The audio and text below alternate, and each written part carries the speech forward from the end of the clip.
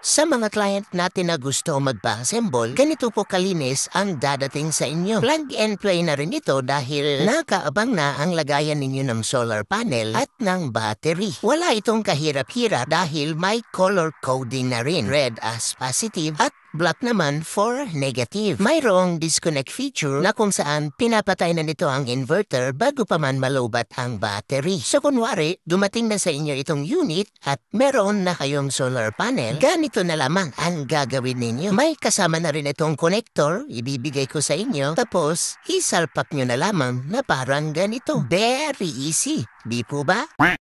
Eto naman sa battery, nakaabang din yan. Itatap na lang, red positive, black negative. Boom! Yun na. Pwede mo nang gamitin. Pagka na-i-connect na ang lahat, palaging tandaan, unang i-switch on ang B for battery para ma-on at ma-register ang laman ng battery sa ating solar charge controller. Sunod, i-switch on ang P para sa ating solar panel for charging.